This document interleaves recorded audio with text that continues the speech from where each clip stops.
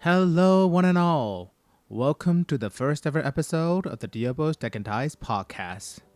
Today we are joined by a dear friend, the longest player in my Call of Cthulhu campaign for 3 years now running, and you probably have heard her, seen her, or played many of our games on Corkboards and Curiosities. Please welcome Val. Hey, Val. Hello, hi. Oh my god, it has actually been 3 years. Yeah, it has been. It has been since like 2021. We've met in 2020, right? Damn, it's been such a We long time. met I think in late 2020 or in early 2021, I'm not sure. But it's been long enough that the last time we recorded a podcast, I remember at some point you asked me, "Do you have any socials?" And I said no. And now I do. So, Yes, you know, yes. Mm-hmm. but it's been long enough that it's been that. But we started the Call of Cthulhu game in mid 2021. And to summon you Yeah. today, I have sacrificed much. I have sacrificed. I have offered another episode of the game as well as text RP to summon you here today. Hopefully, Yes. hopefully you are hype enough, as you said, to record with me today. You know, I would have done it anyways, but if I can find a way to request more games in the process, that makes me happy. It is scary how we are now playing so little compared to 3 years ago. We played every other week, if I remember correctly, right? Speak for yourself. I think I have 4 games scheduled this week. Oh, hey, I take offense to that. I also play games too, okay? But like, there's responsibilities and stuff that I have to do too, which you do not have to. I think. I hope not, but still. I'm just kidding, dude. I just take all the responsibilities and I forget them, and I do TTRPG instead because that's more fun. That is more fun. That is indeed more fun. And speaking of playing too much TTRPG, we are actually gathered here today to talk about one of the. We talk about this in one of our older podcasts that has been lost to the void at this point. You're here to talk about immersion today.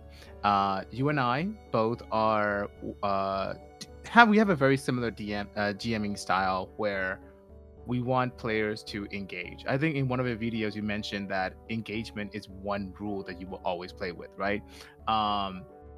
So I want to talk to you about immersion and how, your methods, your techniques, as well as like your experience as a player and both as a GM and how you bring immersion into role playing games. It's a big topic. It's such a big topic. It's gonna be a bit hard for us to like stay on topic, I think, because we tend to go on tangents too. But I'm counting on that. That's why we're doing a podcast. We're not doing a video. If we're doing one video, we probably will be able to do it. But yeah, if we're doing a podcast, that's like basically allowing ourselves to go on tangents and to just wander as much as we like. and we tend to go on tangents, but also there's a lot to say about these topics. Like engagement and immersion generally just have they're big topics. There will be a lot to say. No, you know what? Let's start wide.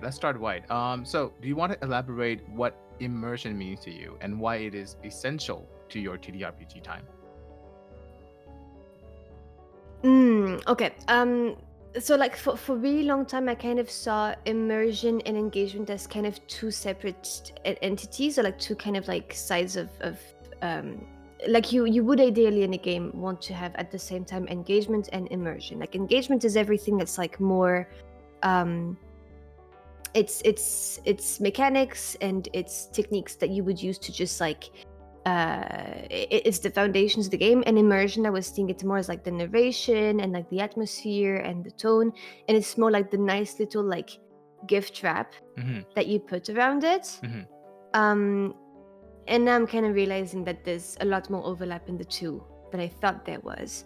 But immersion, I think, is on one hand everything that yes you can do in terms of like narration and all of that stuff to create atmosphere, but a lot of it is also just eliminating distractions or this kind of thing to make sure that you are really transitioning properly into game.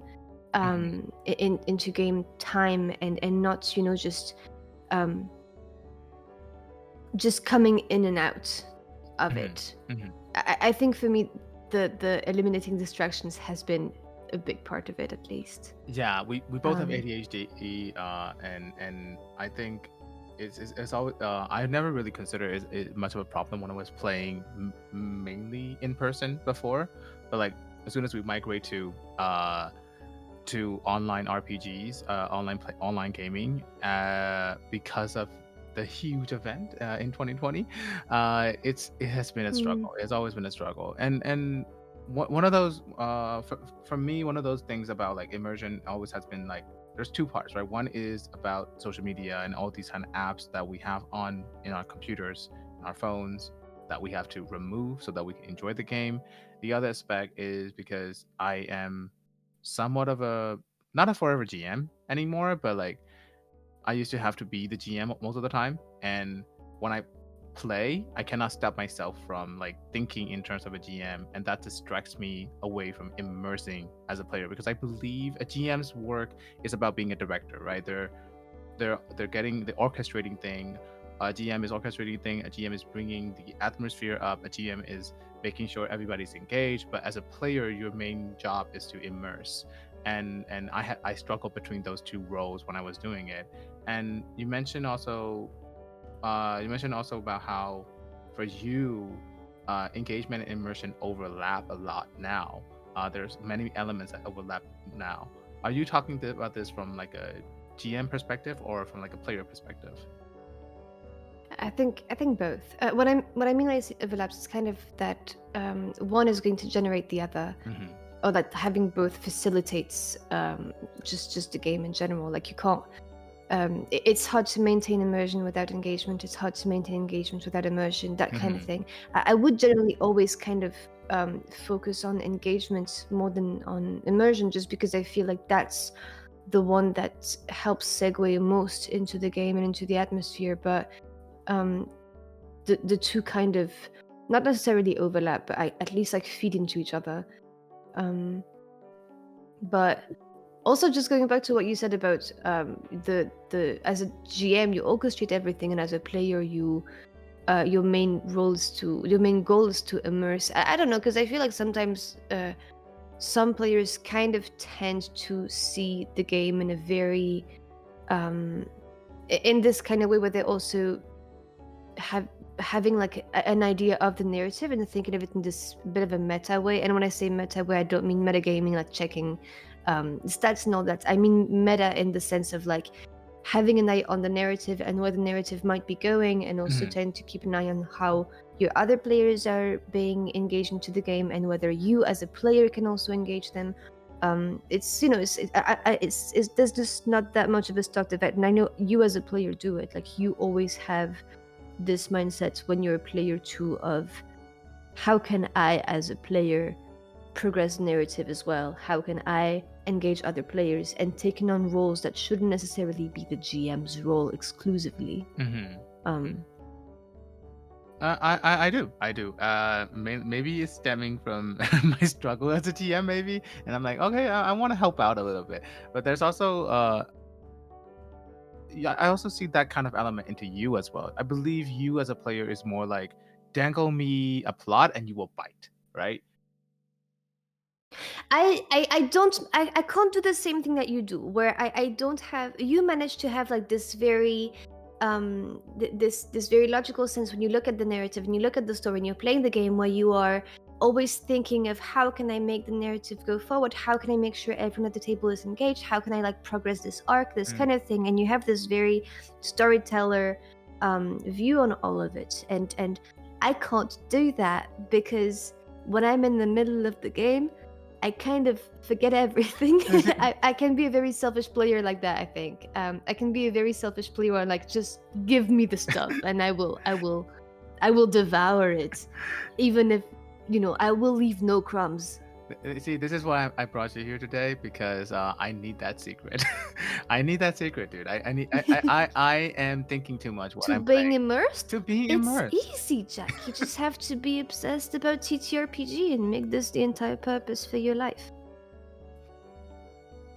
That is actually one way that I believe is required for both players and GMs to be immersed, right? To immersion itself is like you letting yourself be surrounded by the environment that you're imagining in your head, and Mm. being it's hard to describe in words now that I'm really trying to think about it.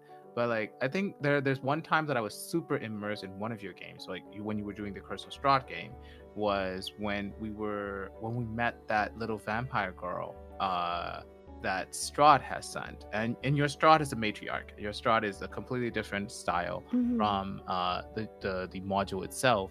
And this little girl was so creepy, by the way. She was probably one of the You most. call her a little girl. She was a full-grown I adult, know, and I know. but you know, But you acted yeah. like But a she little she girl. was behaving in this kind of like childlike Yeah. innocence, like ingenue kind of thing, and yeah, um, yeah, she was creepy.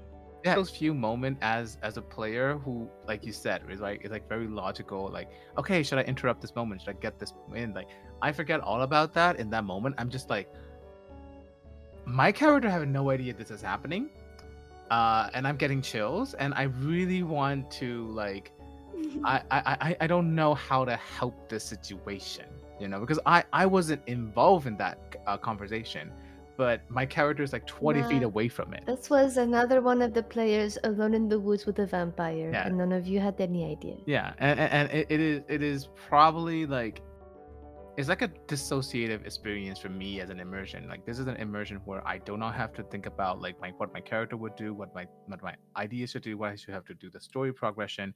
I was just seeing this creepy atmosphere, this person, this player talking to your character, and in turn you also pulling on some not emotional strings, but I think you were also pulling on his triggers to like engage with her, and that Mm. that is that is one of the most immersive time I have in a game.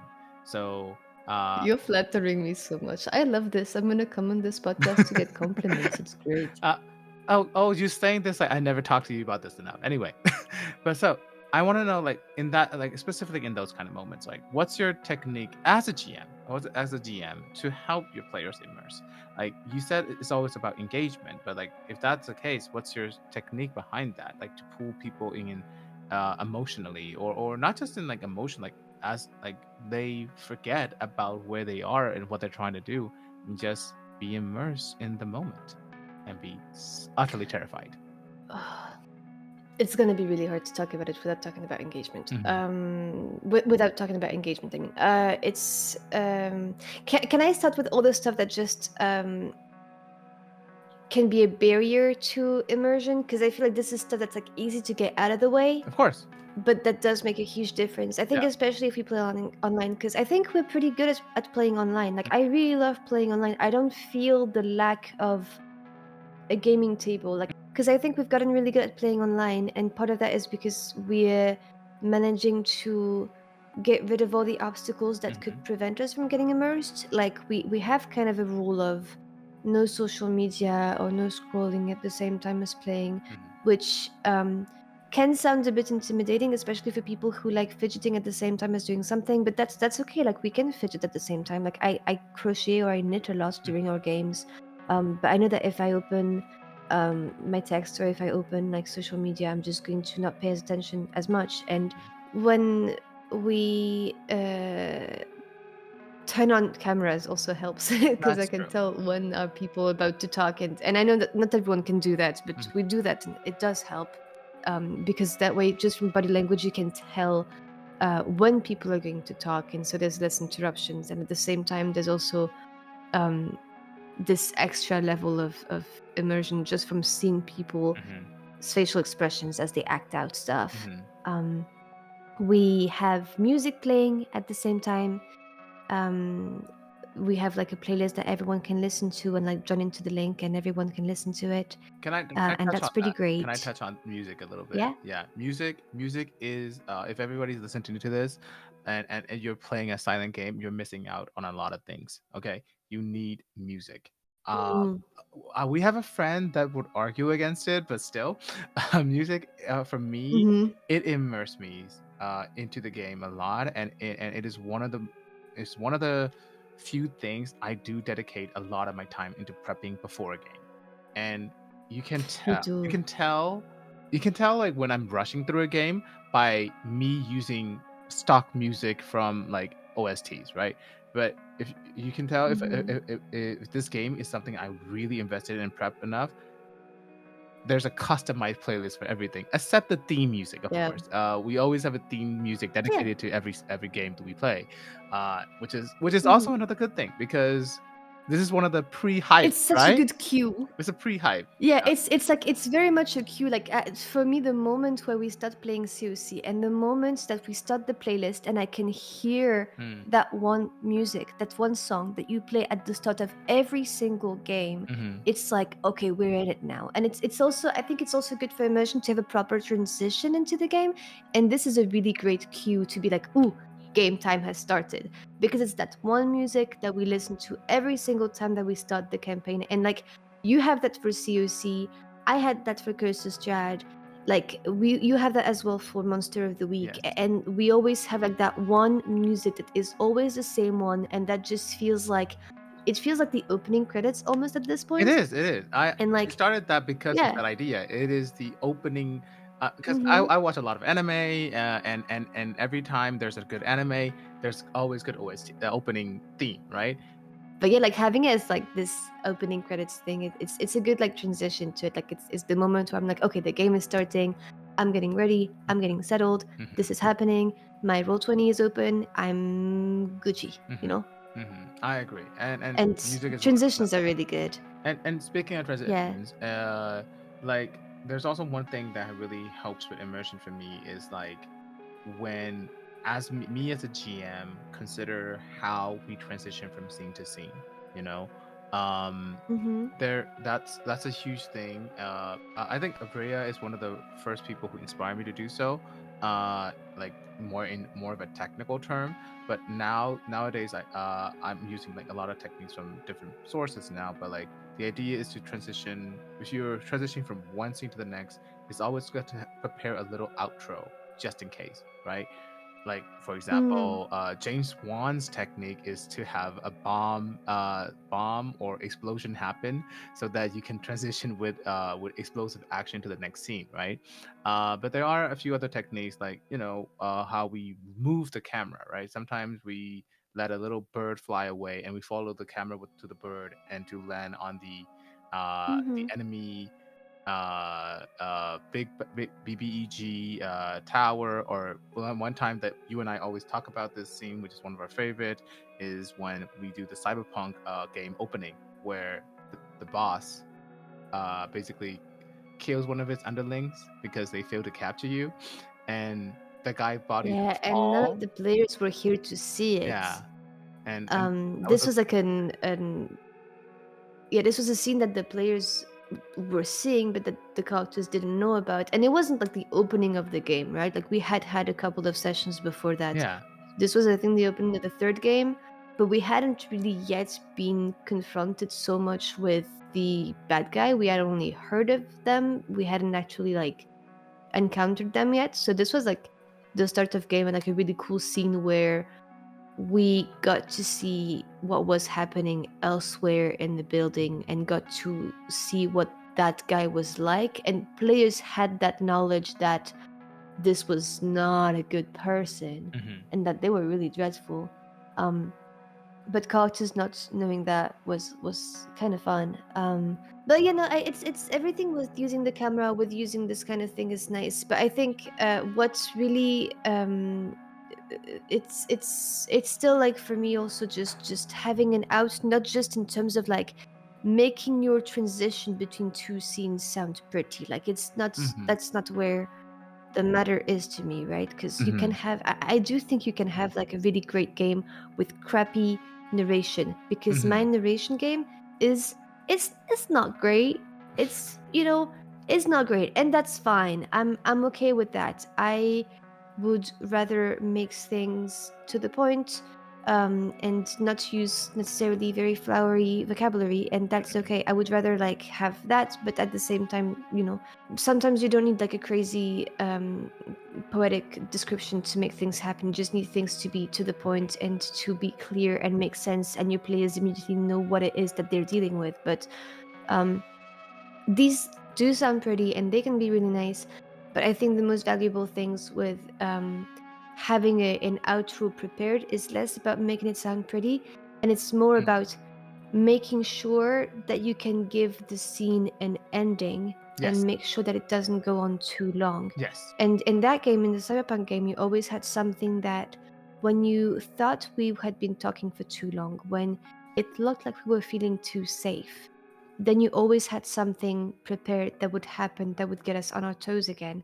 And in that kind of like um heist-ish game, or like escape from uh whatever hell this building was, that was really cool to never really be able to feel entirely safe, or whenever we started to feel safe, something would happen. Mm-hmm. um I think this is where I feel like the GM is a director of the game, in mhm, that sense. mhm. We're not we tend to think GMs are the storytellers. I don't think GMs are the storytellers. GMs are directors who help facilitate the story that the players are telling to be immersive, to be engaging, Yeah, and to control the pacing as they move forward, right?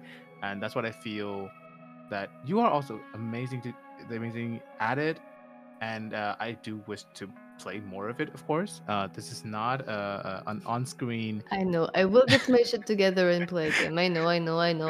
This is not an on-screen extortion, but this is just saying. But still, you have a lot of methods that helps with that as well. Now, give me your juices. Give me your secret techniques, OGM.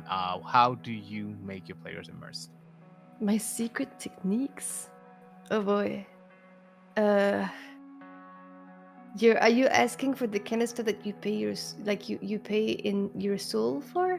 I don't know if I have that. I have like a few things that help. Mm-hmm. Um, I have a few things that like still on attention management, because I do feel attention management is really important. And I think that's something I've Mm-hmm. started to pay attention more and more since I became a teacher. Mm-hmm. Um, because it also happens in the classroom too, right? That you have Mm. um, students are going to be more in the headspace for learning if they are if you're managing their attention properly. Mm-hmm. But everything else, I do feel like I tend to rely a bit more on how to engage people than on narrations and descriptions and all of that.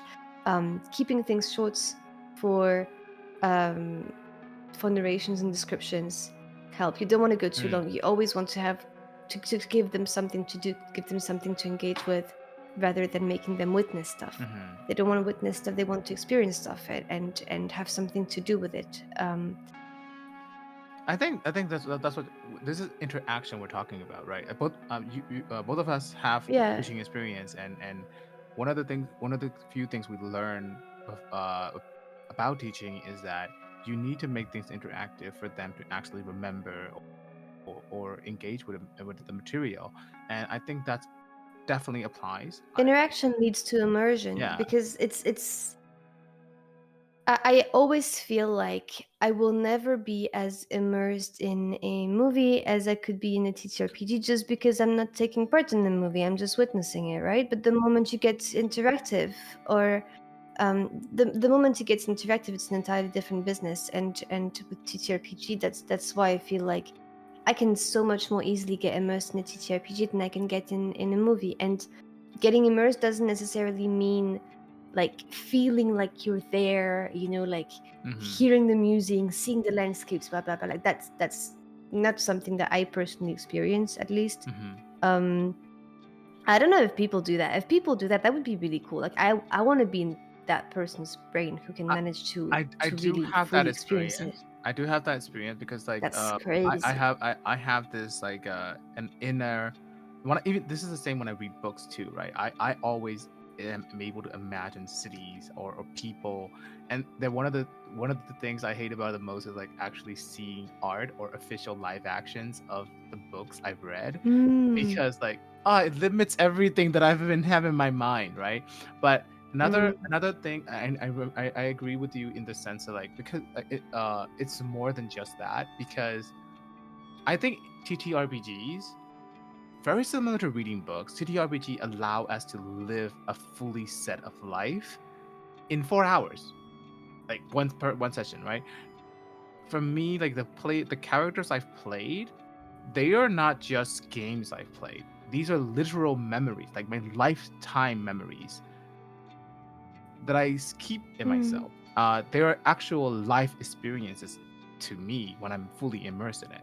And there's like for example, like in Curse of Strahd, Thomas O'Coffey has all these encounters with people because he's an amnesiac, but and he's still trying to remember a lot of things from the past, from his hometown in Barovia. But everything I experience with Thomas when I'm fully immersed, it's not. I remember them as my life experience, not as a separate thing, not as a movie I watch, or not as a game I played. And TTRPGs, it's like actual memories that you're yeah, making with it is friends. actually memories, and I think this is beyond Yeah, that. because I don't have that. Like you, if you can like picture things, I don't have that. I do consider myself really, really, really immersed in the game, but Mhm, I don't picture what it looks like. mhm, I don't. But then again, I also do feel like that's just because I don't really have an inner monologue, and I'm really bad at visualizing things. mhm, Um, and so for me to get immersed just means something completely different. I don't feel like I'm there mhm, because I'm not there. I'm in my bedroom on my bed with a cup of tea and some crochet, but like it's mhm, and so I don't feel that, but I don't feel like that stops me from feeling immersed. And I do kind of admire and almost like envy that you can do that and that you can feel all of it. But um I don't. I feel the emotion of it though. I feel mhm, the emotional involvement of it. And to me that's where the immersion really comes in. It's not when I feel the landscape or any of that. It's really when I'm feeling the emotional involvement, and I'm feeling that for that character and for the table, and that's when I would really consider myself immersed. mhm, Um, to me, emotional involvement really is the reason why I like TTRPG, and I can like pretty much any game as long as I'm going to be emotionally involved. Um, mhm, to the point where I almost most of the time I don't care all that much about system, mhm. um, as long as I can be emotionally involved, and that is where immersion is for I me. I think this is where what I was talking about memories as well. For me, those memories, they stick around not because I'm like remembering the music or the people I met at the time. It's more just the raw emotion is strong, that it becomes an integral part of who I am. You know. Yeah, To borrow some it's the Inside same Out. way that like you have like movies that shape you and like books Mhm. you've read that really just like did something to you, and like it's the same for TTRPG. And this is what a lot of people resonates to Critical Role or games like that as well. And also for me, like this is why I love playing Call of Cthulhu with you, because you are probably one of the most immersed players I have at the table. But because I feel a lot of emotions in that game, I think it's just like that game has you've managed to be in a game where I am emotionally involved like at all times. Hmm. Hmm. And speaking of that, right? Like you, like handling emotion is such a sensitive thing. I'm also studying psychology right now, so the talk about emotions always like brings up a lot of like tensions that I want to follow. But like first thing about like emotional involvement, like when there's high emotions in the game, uh, it have you ever felt like it's difficult to stay in it, or like have you ever felt like you can't get out of it, like get out of the emotional state? I've never. I would say I've never had like negative emotions in the game too. I think it's kind of amazing how, in this kind of context where it's it's a story, it's nothing real, the same way as in some books and movies. To me, I feel it more strongly with TTRPG because of this interactive factor and because it feels more like taking part of it than in a book or a movie. But I've had that with some books and movies too, where because it is not really real, it's this dimension where you can explore all of these emotions, but they will not translate into negative emotions for me, like if a movie was incredibly sad, I both feel the sadness and don't feel the sadness. Like I feel very strongly for the narrative of that movie, but I don't become sad in my life, Yeah. It's more like I can appreciate and explore that narrative and that feeling in a way that will not impact me so much beyond just giving me a lot to think about that evening and all of that. Um and TTRPG is kind of the same, where I'm going to feel those emotions in a way that is both very immersed and very distanced. Is that a word? Distanced? Distance? That is painful to pronounce. I mean, there's distant and there's distance, so I'm not sure. I think you are going for I'm distant. distanced Yeah, from you're it. distant from it. Yeah. Yeah. And like, while at the same time being immersed. So I've never really felt a negative emotion about the game where I like, it's not like my character feels sad and now I feel sad. It's that's not the kind of thing. Like this happens, and I really feel the impact and the weight of this narrative, but more in an admirative way of like, oh my god, the story is going somewhere that's like so intense and so cool. I feel the intensity of it, just not the negativeness of it. So I've never really felt negative emotions after a game. I have felt moments where, the same way that when you see a really fucking amazing movie and you can't get your mind off of it, I have had that where after a game, I'm having such a hard time sleeping because I'm like, oh my god, this was crazy, this was so intense. Yes. But I never really felt the negative emotion of it, and on the opposite, the negative emotions that my character feel, they're kind of positive for me because I'm like, oh, this is the story is getting somewhere so intense and cool. You're appreciating. It's an You're appreciation appreciating for that the. emotion because I Yeah. get to be distanced from it, and I get to be exploring it in a way that is entirely safe and doesn't actually impact me emotionally beyond just So yeah, I never feel negatively about the game, but also I do think that this is because we have this distance, and if we didn't have this distance, aka if we didn't have good notion of what everyone likes at the table and what everyone does not like at the table. And this is a conversation going into like safety tools and all of that, but we generally like we know what each of us has as boundaries, because I'm sure that if I were to have something that crossed the boundary, I wouldn't be feeling no negative emotions about the game, but it's not like No. ever come to that just because we know each other. We are very lucky that we Yeah. have a table where it's very safe for us to embrace these emotions. It's like to play with this and to explore them, and we are very appreciative of our Yeah. friends who are there's also the part of us like who's appreciative of each other's exploration, and that is a great blessing to have for us as TTRPG players. So now I'm gonna ask you a question that I know that you're probably gonna hate, because you have this infamous saying of you dislike combat encounters. You're bored by combat, and you have played very heavy combat characters in my game so far as well. So I know. and you enjoyed it, hopefully, so far. So I really did.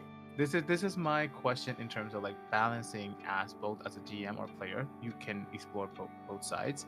How do you balance this action, this combat, the emotional immersion, the emotional impact of the game?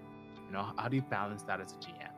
And so as I think that's all kind of informed by how I feel as a player as well, because as a player, you did say that I play a lot of combat focused characters in your games that still somehow like that's how I get interested in combat, I guess. because for me it's all about the emotional stakes. I have never really been the kind of person who finds inherent dopamine in rolling a d20. I feel the same. I feel the same. Yeah. Yeah. um and I think it would make it a lot easier if I was that kind of person, but I'm not. I kind of also feel that I really the more it goes, the more I appreciate the idea of failure in TTRPG, or not the idea of failure necessarily, but the idea of like heroes not succeeding in what they do, like having to, like things not always going your way. I think it makes for a much better story than if you were to win every encounter. Mm-hmm. And for these things to feel fun to me, then there has to be some kind of stakes and there has to be consequences to all of it. And so when I build a combat encounter, I think I never really do anything like a random encounter or anything like that. It's always something that has to have some stakes in it. Mm-hmm. And if the combat itself doesn't necessarily have such high stakes, then there is something to the characters that has to matter about it. Mm-hmm. Something that's like beyond just like surviving this fight, like something that's just like emotional about it, because we know meta wise, at least in the games I run, like we know meta wise that there isn't necessarily a huge chance of us dying. If we were to go for realism, we know that characters would be fighting for their lives as they're fighting, right? Yeah.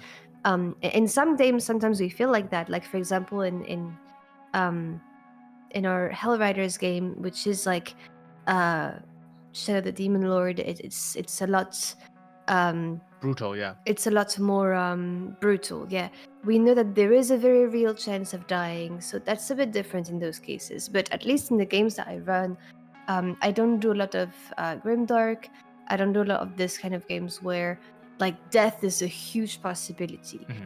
In my games, if a character dies, it takes a lot for a character to die. Mm-hmm. I'm not saying that the chance isn't real, but I'm saying if it happens, it's not routine. Mm-hmm. And a lot of things led to that. It's not a meat grinder. But yeah, and meta wise, we know that as players, and I think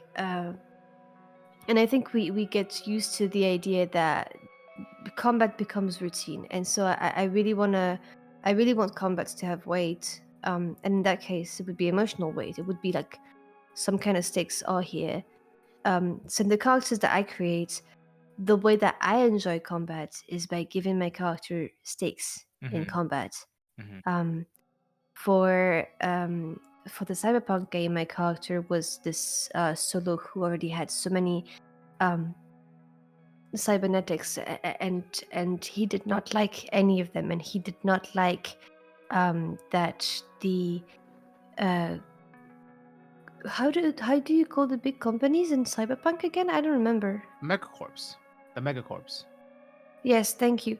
That the megacorp that he used to work for, he doesn't like that this is what they made him into, and so there is this kind of like weight in combat where he wants to protect the people he's around. He wants to be a protector to them, but at the same time, he's really uncomfortable with being this like brute thing, Yeah. you know. And so there is always some kind of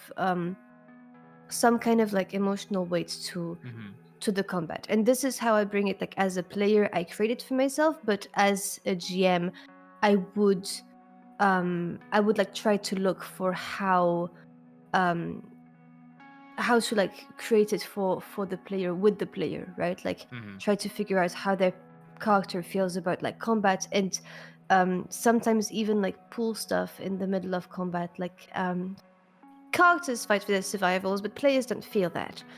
However, combat is still a moment of high adrenaline, and it should feel like a moment of high adrenaline one way or another. Whether it is, if it's not going to be through wanting to survive, it's going to be through emotional stakes, through whatever other stakes, right? So Like wanting to save the creating a hostage, or situation wanting to where, save your boyfriend who's been captured by like the wanting to corpse. save the hostage, exactly, like wanting to prove yourself, like wanting to protect someone, etc. There's so many different ways that combat could become high tension. And honestly, combat itself doesn't like the reward of winning something or like winning a fight doesn't do it for me. So any of those other reasons that I can pull instead of the intrinsic reward of Mhm. winning a fight, which again doesn't do it for me, any of these other reasons I can pull that makes combat feel like a high adrenaline and high tension moment is great. We can talk about a moment in the Call of Cthulhu campaign where like our Call of Cthulhu campaign is like, again, of course, the threat of death is real for your characters and everything. But at the Mhm. same time, most of the time when we But for my character, the threat of losing my mind is very fucking real in that's the thing, combat. right? Like we basically going insane. We're basically or we're basically losing the people we love. That is where the heightened emotion was coming from, because this is Mhm. something that you cannot just protect by hitting the enemy until their HP is 0. I think this is where the same for me as a combat. Like I'm a very tactical player. When I play combat, I'm I'm always thinking about, hey, shooting their eyes out, or disarming them, or like dropping a huge chandelier. And I'm also always thinking about having a huge set piece for us to have fun with, right? If Mhm. the DM tells me, hey, there's a barrel of toxic chemicals there, I'm gonna think whether it's flammable or not. I'm gonna shoot a fire at it. That's what I like to do. Mhm. However, the interaction has to, I believe, beyond the interaction of hitting things, there should be an interaction of for emotional weight, like you said, right? Mhm. If for Call of Cthulhu, for one of the episodes, you were trying to save a child of one of your friends. For your character, the emotional weight is this is a kid that you of a person you really admire as a big brother, who has actually taken care of you, who has looked at you with respect and taking you seriously. For another player, Mhm. this is the child of the woman he loves, right? This is the child of the woman he Mhm. loves, and this is and later on that was solidified because he became the godfather of that child. So, Mhm. it, in that moment, the killing the otherworldly entity and the cultist is secondary. Yes, you can still hit them, but the emotional weight is coming from this kid must not be exposed to the otherworldly beings, Yeah. right? There is a reason to fight, and the reason to fight isn't punch the thing because it's weird. The reason to fight is like punch the thing because I mean this is what it means to you, you know? And I Yeah. think there are definitely fates worse than death for players. And as a GM, I like to think of that term, like what is worse for them than dying? And that is how I find the emotional weight to encounter for myself. Mhm. And with Call of Cthulhu, that is possible because it's Call of Cthulhu. You can definitely have fates worse than death. But Shadow of the Demon Lord, Monster of the Week, and I play a lot of horror games. I'm trying to think of a game where I do not put you through fates worse than death, and I cannot think of one. I mean, we had this mothership game Still where horror.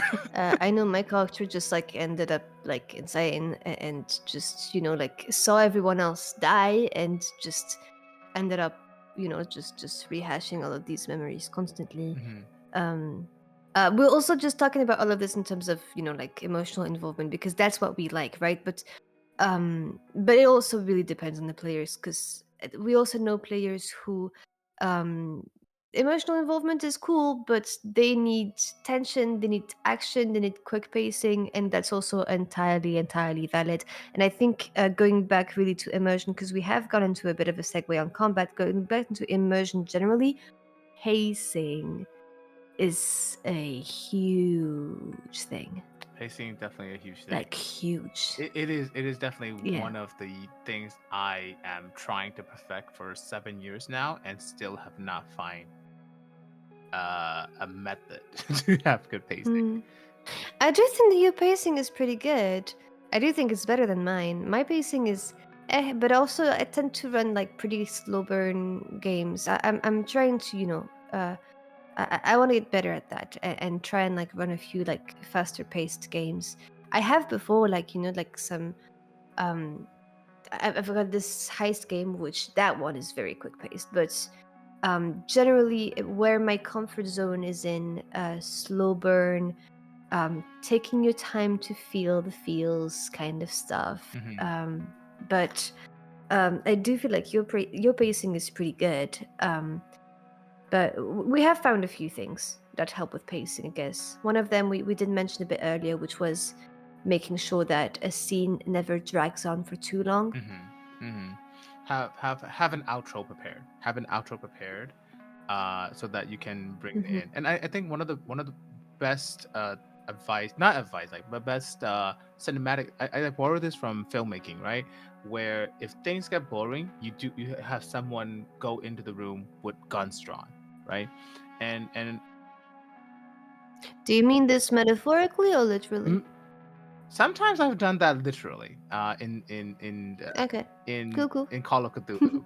In Call of Cthulhu, I've done that literally, where I've thrown a cultist with a machine gun into the room, or when I have a stalker with a giant machete bursting into the room. Right. So I have done that literally before, but then metaphorically, I think that is also one of the ways we can control pacing. Two, I think this is where you are very good at, because pacing doesn't necessarily have to be always fast all the time. Slow burn can be one of the best pacing it can be too. In some of your games, we are basically sitting around and just talking, but it is so immersive and horrifying to a point where we are paralyzed, right? We're not disengaging at all. I think, It but drags. I think the reason why, Mhm. but I think that the only way that like just talking can feel immersive and can feel like your pacing isn't off is when the way that you do this talking it's because it is kind of calculated, you know. I mean, like when we have these social interactions, I don't like having these interactions. Like I don't really like in TTRPG talking for the sake of talking. Like for example, I don't necessarily like shopping sequences unless we do something fun about it. Like to me it doesn't seem really interesting to me to like spend half an hour just like doing transactions and stuff like that. If we have a prolonged social interaction, it has to have weight as well. And I think the reason why perhaps these social interactions that are just sitting around the bonfire and just talking worked only because like I had a reason for bringing these, you know. Like I had a reason for these characters to be people that you would care about, for them to bring topics that would relate to your characters, and all of these conversations felt personal to your characters. At least that's where I'm trying to get to. All of these conversations feeling like they're not disconnected and they're not random talking. They're touching on topics and themes that are important in the path of the player characters. For Thomas, I mean, just talking with this pregnant couple is, I mean, he is like, you know, he has like family is such a huge theme for him, right? So talking about like raising a child in Barovia and all of that, that is something that I think would be, it's not just talking to him, like it means something to him. It's not just like random conversation. It's not like we're talking about like, I think it's gonna rain tomorrow. I don't like when it rains too much. Well, it's not random talk. It's not like It also doesn't small help. talk. This It also is doesn't like help that both of us hate small talk.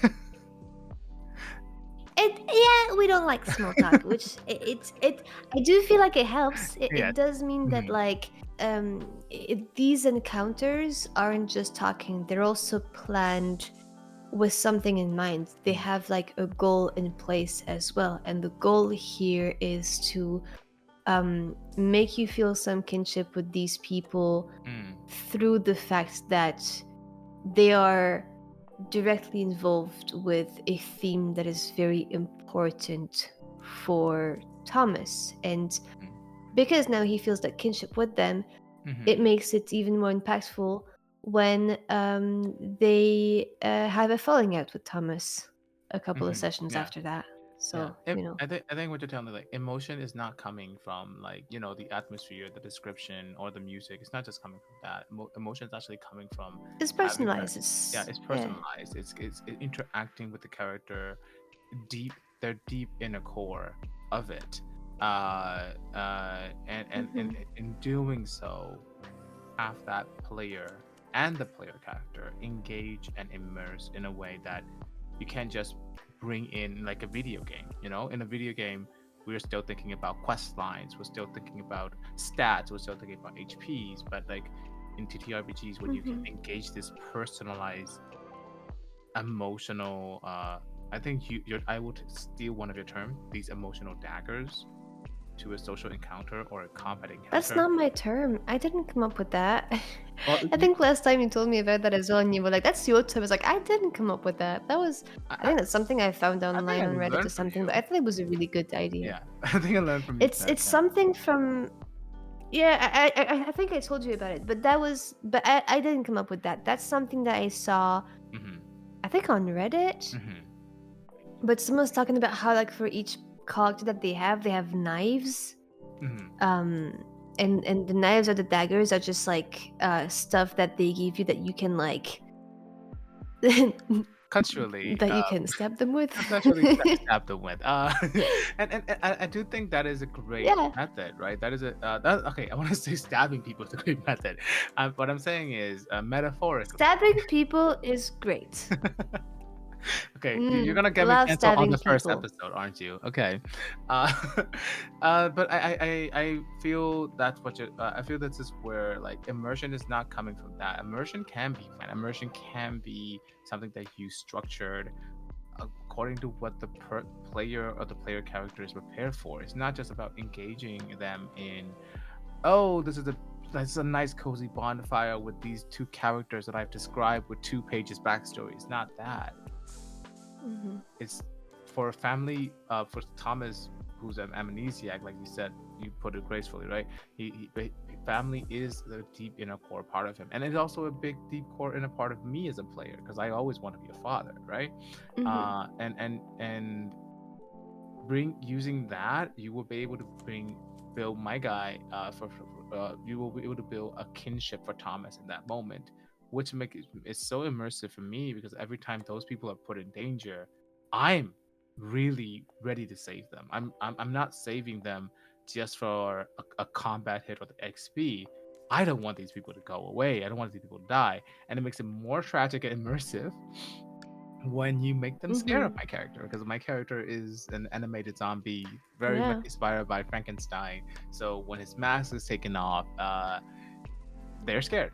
And all that happens. And that's the thing, like having these conversations before that, it's not just for the fuck of having a conversation. It's because there's a purpose to these conversations. It's engaging to you because, like, sure, yes, it gives me an opportunity later, because I make you care about these characters. It gives me an opportunity later to like threaten you with them. But more than that, it's also in the moment that we are talking. It's a moment for you to give a portrayal of your character, because this is something that Thomas would definitely react to, and this is a moment where it's kind of giving you a prompt of that's your moment as Thomas to talk about family, which is something very important to Thomas. Yeah. Now, okay, I'll lead to one of the to another question is, what if the player cannot provide you with that? Because I have had experiences where, like, for us, we do that a lot as a players as well. Like when we design characters, we're already like, okay, this is what's important to this person. This is what scares them. This is what makes them, lose sleep at night. And we talk about insecurities. But what if a player doesn't have that? How do you pull that out of the player? The player character, I would say. I don't know if it's something that you should force. I mean, we like it because that's our play style, right? But not everyone has that play style, and there are people who, like, we're kind of how to say it? We're kind of the weirdos who want to come into a game and cry. tell the GM, yeah, we're like, me up, GM. I want to cry so much that tonight I'm not gonna be able to sleep. Like we're kind of weirdos on that, and I think that's not something to expect out of everyone. And there are people who play this game for a plethora of different reasons. You have people who play this game because, oh, I want action and I want catharsis and I want an outlet and I want like. I'm playing this game because I've had a long fucking week at work and I just want to have something that's just like feels fun and like game can give me that by like having fun in this fun game and being cathartic and just like winning something. And some people can find their fun in that. Some people can find their fun in the puzzle of it, in the strategy of it. And these are all super valid ways of experiencing and enjoying the game. So I don't think that I would want to force that on a player. And if the player is not really giving me much, of course I'm gonna just like first try and figure out if this is because maybe they haven't really encountered that kind of play style before, because I know I was there at some point, right? It took me some time to figure out that this is what I liked about the game. And the moment I figured out that that I was in it for the emotional involvement, it kind of changed everything, because then I suddenly knew how to create my characters. I knew how to structure my stuff, because this is what I want out of the game. So I know that now I do everything in order to maximize that. But so because I didn't know about it until I was initiated to it, then of course I'm going to do a little efforts to like have someone try it if they've never tried it before. But if it doesn't sound like it would be their thing, then it doesn't need to be forced. Rather, you just figure out what the person like what makes them immersed in the game, and then play with that. Of course, it's easier session 0 or observation, because especially with newer players, they won't necessarily have the vocabulary to tell what it is that they liked about the game. Like you can't know that what you like is quick-paced action and like until you have that vocabulary. I didn't know that what I liked was the emotional and like you need to have like, if not experience, at least like the vocabulary for it. And I do feel like there should be maybe like generally we have a bit of a problem in the TTRPG world by not having that vocabulary to describe what games we're going to run, and so we kind of sometimes end up in groups where we have such different playstyles, because just like high RP or high combat are presented as like a duo. How do you say it? Not a dichotomy? Is that how you say it? A dichotomy? I don't know the exact word, but now I'm drawing a comparison to that, to like basically describing a person just through only lower chaos and good and evil. Yeah, it's a very binary way of seeing the game, but also like high RP could mean so many different things. Like for some people, high RP is very much like comedy and like cracking jokes and like witty stuff. For another party, like high RP might mean like political intrigue and all of that. And for another person, the high RP might mean and for another person it might mean emotional involvement. But the thing is, presenting so far, like we've been describing games on like game listings and all of that. We've been describing them as like sometimes like high combat, high RP, but that doesn't really mean anything in terms of actual play styles. And I think that's generally one issue in a lot of people in TTRPG is we don't really have the vocabulary to really express what kind of games we like, and it took me a while to figure out what I liked because I didn't have the vocabulary, and I'm sure that if we kind of could figure that out and have a better way of explaining it, we would have a much easier time finding play styles and groups that we are perfect for. And but regardless, you know, it's going back to the question. It's if someone doesn't engage the way you want them to engage, forcing them to engage the way you want them to engage isn't necessarily the best idea either, because they just don't engage like that. So you just figure out how they like to engage, and then this is the way you're going to engage them with of course, it's going to be easier for me to engage someone who tends to engage a similar way that I do, because it's very hard for me to make mental gymnastics to understand how a person enjoys a thing that I don't enjoy. And of course, I can like try and figure that out, but it's always going to be an added degree of difficulty to put myself in their shoes. But that's fine. Like you can, it's also part of the GM to figure out how to do that. It's just less intuitive. Yeah, it's less intuitive, but it's possible. I like to use the Indian movie term of a masala movie. You do need to like balance that in a way. I think that's what makes the mark of a GM in the sense that you're not sticking just to one thing. You're also able to like open yourself to different experiences that the players want to explore and be communicative about it. Talk to them about it. Like if a player is not engaging in like what you're trying to do, okay, talk to them about what makes them excited. We have our little debrief sessions at the end of the game, always to like, okay, what does this person engage with? Did this person engage with, social role play with their character? Does this person love being scared or horrified? Does this person love having an epic combat moment? And you find those little things. This is what I think you meant by observation, right?